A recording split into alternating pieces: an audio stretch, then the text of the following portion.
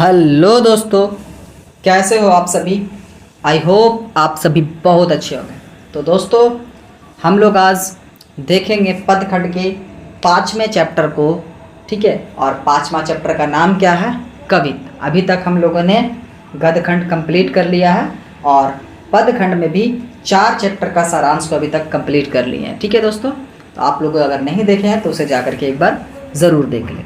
ठीक है, तो आइए आज देखते हैं अपने इस चैप्टर के सारांश को। और सारांश को लिखने का जो तरीका है वो आप लोग को तो पता ही है ना। आइए, तो हमारा आज का चैप्टर का नाम है कवित। और इनके लेखक जो है, लेखक परिचय में लेखक जो है वो है भूषण। कवित के लेखक कौन है? भूषण। इनका जन्म हुआ था 1613 ईस्वी में और इनका जो निधन हुआ था भूषण का वो हुआ था 1715 ईस्वी में। ठीक है, इनका निवास स्थान है तिकवापुर, जो कि कानपुर में पड़ता है। और कानपुर कहाँ पड़ता है बच्चों? तो कानपुर हमारे उत्तर प्रदेश राज्य में पड़ता है। ठीक है, इनका पिता का नाम था रत्नाकर त्रिपाठी। ठीक है, इनका पिता का नाम क्या था? रत्नाकर त्रिपाठी। इनके माता का नाम हमारे बुक में नहीं है तो इसलिए हम इसमें नहीं इंक्लूड करेंगे। ठीक है, आप लोग गूगल करके इनके माता का नाम निकाल सकते हैं, लेकिन हमारे बुक में नहीं है तो इनको इंक्लूड नहीं करेंगे। ठीक है, आइए, भूषण हिंदी कविता में रीति काल के एक प्रसिद्ध कवि थे। ये किस काल के कवि थे? तो रीति काल के एक प्रसिद्ध कवि हैं जिनकी हिंदी जनता में बहुत सम्मान है। ठीक है, मतलब भूषण को जो हिंदी पढ़ने वाले लोग हैं वो भूषण को बहुत ज़्यादा सम्मान करते हैं। क्यों करते हैं? उसका वजह है इनके लिखने की तरीका। इनके कविताएं बहुत ज़्यादा मतलब रोमांचक होती है और बहुत ही मोटिवेशनल होती है ना। इनके द्वारा लिखे गए जितने भी कविताएं हैं, गद्य हैं, वो सब बहुत ही मज़ेदार होती है, इसलिए लोग इन्हें बहुत ज़्यादा सम्मान, दुलार और प्यार देते हैं।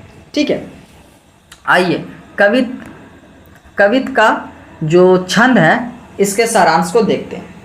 ठीक है, चलिए।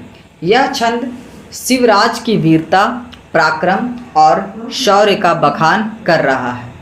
वह कहता है, इंद्र जिस प्रकार जम यानी यम पर भारी पड़ता है, जिस प्रकार बड़वाग्नि जल पर भारी पड़ती है, जिस प्रकार दंभी रावण पर रघुकुल शिरोमिन राम भारी पड़े हैं, जिस प्रकार बादलों पर पवन भारी पड़ती है, वह जिधर चाहता है बादलों को नचाता फिरता है।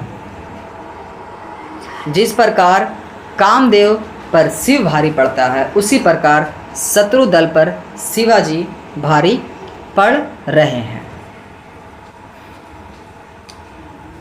कवित छंद में हमारे भूषण जी जो हैं वो शिवराज की यानी कि शिवराज की वीरता और भी बहुत से चीज़ों पर क्या करते हैं? शिवराज की मतलब की जो वीरता होती है, उनकी जो पराक्रम तक शक्ति होती है, उन सभ्यों के बारे में ये मतलब एक कविता में अपने मतलब उनके बारे में बड़ा ही बड़े बड़े चीज़ों से, अलग अलग चीज़ों से कंपेयर करके उनके ताकत को बताते हैं। ये कहते हैं कि भाई जिस प्रकार से इंद्र जो होता है ना वो यम पर जैसे कैसे भारी पड़ता है, मतलब कि यम से जो ताकतवर है वो कौन है? तो इंद्र है। यानी यम मतलब क्या? यम मतलब यमराज। ठीक है, यम मतलब क्या? यमराज। यमराज पर मतलब जिस तरह से इंद्र भारी पड़ जाते हैं, उसी प्रकार शिवराज की वीरता जो है वो किस पे भारी पड़ती है? तो शत्रु दल पर। किस पे भारी पड़ती है? शत्रु दल पर। शिवाजी का नाम लेकर के बोला गया है। ठीक है, शिवाजी को इन्होंने शिवराज कह करके पुकारा है। ये कहते हैं कि जिस प्रकार से ना बाबू बादलों पर पवन भारी पड़ जाती है, यानी बादल तो मतलब आप आसमान में उड़ते रहते हैं, ठीक है, वो बहुत बड़े होते हैं, लेकिन हवा की रुख जो होती है वो क्या करती है? उन बादलों को उड़ा करके एक दिशा से दूसरी दिशा में लेके जाती है। ठीक है, जिस प्रकार बड़वाग्नि जल पर भारी पड़ता है। बड़वाग्नि जो होता है वो क्या करता है? जल पर भारी पड़ता है। बोलते हैं जिस प्रकार रावण पर रघुकुल शिरोमिन राम भारी पड़ते हैं, मतलब रावण मतलब बहुत बड़ा विद्वान और बहुत शक्तिशाली था, उसके बावजूद भी क्या करते हैं, राम भगवान जाकर के उससे लड़ते हैं और अपनी पत्नी को बचा करके लाते हैं, है ना। तो वही बोलता है कि उसी प्रकार शिवजी जो मतलब कि शिवाजी अपने दुश्मनों पर उसी प्रकार भारी पड़ते हैं। वो सबसे ज़्यादा शक्तिशाली होते हैं, बुद्धिमान होते हैं। ठीक है, बोलते हैं जिस प्रकार सहस्त्रबाहु पर परशुराम भारी पड़ते हैं, दविगिन पृच्छों के लिए काल बन जाती है। मृगों के झुंड पर जिस प्रकार चीता भारी पड़ता है, भूषण कहते हैं जिस प्रकार हाथी पर सिंह भारी पड़ता है, जिस प्रकार तम का नाश तेज कर देता है, जिस प्रकार कृष्ण ने कंस का विनाश कर दिया था, उसी प्रकार मलेच्छ वंश पर शिवराज भारी पड़ रहे हैं। वे उसको दलते चले जा रहे हैं। ये कहते हैं भूषण जी कि भाई जिस प्रकार से ना दाविगनों पे वृक्ष के लिए काल बन जाती है, उसी प्रकार मृगों के झुंड पर जिस प्रकार चीता भारी पड़ती है। मृग मतलब होता है हिरन, मृग का मतलब क्या होता है, हिरन। हिरन के ऊपर जैसे कि बहुत सारे हिरन का झुंड है, ठीक है, लेकिन चीता अकेला आता है और क्या करता है, उन सभी को खदेड़ भगाता है और उनमें से जो भी मतलब सामने आता है उसको क्या करता है, वो शिकार कर लेता है चीता। उसी प्रकार बोलते हैं कि शिवराज जो है वो अपने दुश्मनों पर क्या करते हैं, दुश्मनों पे आक्रमण करते हैं, चाहे वो जितना भी बड़े तादाद में क्यों ना हो, वो उन्हें मार भगाते हैं और जो भी उनसे लड़ने आता है उनका वध होना तय हो जाता है।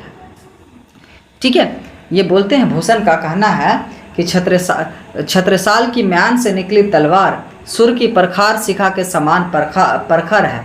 जिस प्रकार सूर्य की किरणें अंधकार का नाश कर देती है, उसके जाल को विनस्पत कर देती है, उसी प्रकार यह तलवार भी प्रभावी है। ये बोलते हैं पहले छंद में शिवाजी की तारीफ करते हैं और दूसरे छंद में ये क्या करते हैं, छत्रसाल की तलवार की तारीफ करते हैं। पहले छंद में शिवाजी के पराक्रमी बल की तारीफ करते हैं और दूसरे छंद में ये क्या करते हैं, छत्रसाल की तलवार के बारे में ये तारीफ करते हैं। उनके तलवार की तेज को, उसके तलवार की ताकत को ये दूसरे छंद में बयां करते हैं। ठीक है, ये बोलते हैं जिस प्रकार सूरज अपनी किरण को अंधकार का नाश कर देती है, उसी प्रकार जाल को निष्फल कर देती है, उसी प्रकार यह तलवार भी प्रभावी है। बोलते हैं कि ये तलवार इतना ज़्यादा चमकीला है, इतना ज़्यादा मतलब कि शौर्य रखता है कि ये आने वाले दुश्मनों को विनाश कर देता है।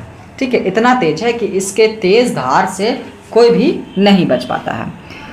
बोलते हैं महाराज छत्रसाल की तलवार नागिन के समान अपने शत्रुओं पर प्रहार करती है, लपक लपक कर बैरी के कंठ पर वार करती है। ऐसा प्रतीत होता है कि मुंडों की माला चढ़ाकर शिव को रिझा रही हो। हे लाल पृथ्वी के पालक बाहुबली छत्रसाल, आपकी तलवार का बखान कैसे किया जाए। आपकी तलवार शत्रुओं को इस प्रकार काटती है मानो कालिका की कलेवा करा रही हो। हमारे जो नाभादास हैं,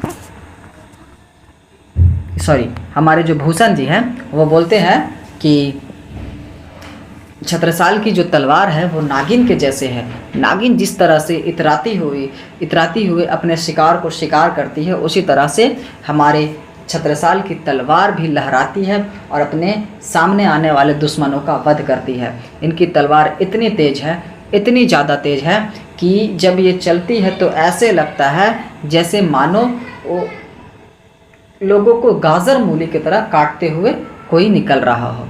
ठीक है, इनका तलवार की बखान कैसे किया जाए ये मतलब उन्हें समझ में नहीं आ रहा है, ये अपने लफ्ज़ों में बताते हैं। यह कहते हैं कि जब उनकी तलवार चलती है तो ऐसा लगता है जैसे कालिका मतलब कि काली माँ जो होती है उसकी बारे में तारीफ करे। बोलते हैं कि कालिका के कलेवा करा रही हो। ठीक है, ये बोलते हैं कि जब तलवार चलती है तो सामने आने वाले लोगों के गर्दन को काट करके ही ये दम लेती है। ये बोलती है मुंडों की माला चढ़ाकर शिव को रिझा रही हो। जब इनकी तलवार चलती है तो गर्दनें कट करके क्या होती है, ऐसे मतलब कि माला बन जाती है। बोलते हैं कि इनको गर्दन के ऐसे काटा जाता है जैसे लगता है कि हाँ ये गर्दनों को काट के क्या करेंगे, माला बनाएंगे और शिव को रिझाएंगे, है ना। ठीक है दोस्तों, तो अभी तक हम लोगों ने इस चैप्टर में 2 छंद देखे थे। एक में क्या था, शिवाजी के ताकत, उनके पराक्रम बल को दर्शाया गया था। और दूसरे छंद में क्या था, भूषण ने छत्रसाल की तलवार की गुणगान की है। ठीक है दोस्तों, तो आइए हम लोगों ने आज 5वां चैप्टर जो कि पदखंड का था कवित्त, उसका विस्तारांश को देख लिया है। ठीक है, आप लोग इसके अगर कविता को देखना चाहते हैं तो हमारे टेलीग्राम पर चले जाएं, वहाँ पे आप लोगों को मिल जाएगा। ठीक है दोस्तों, तो चलिए आज का सारांश यहीं पे समाप्त करते हैं। Thank you so much. जय हिंद।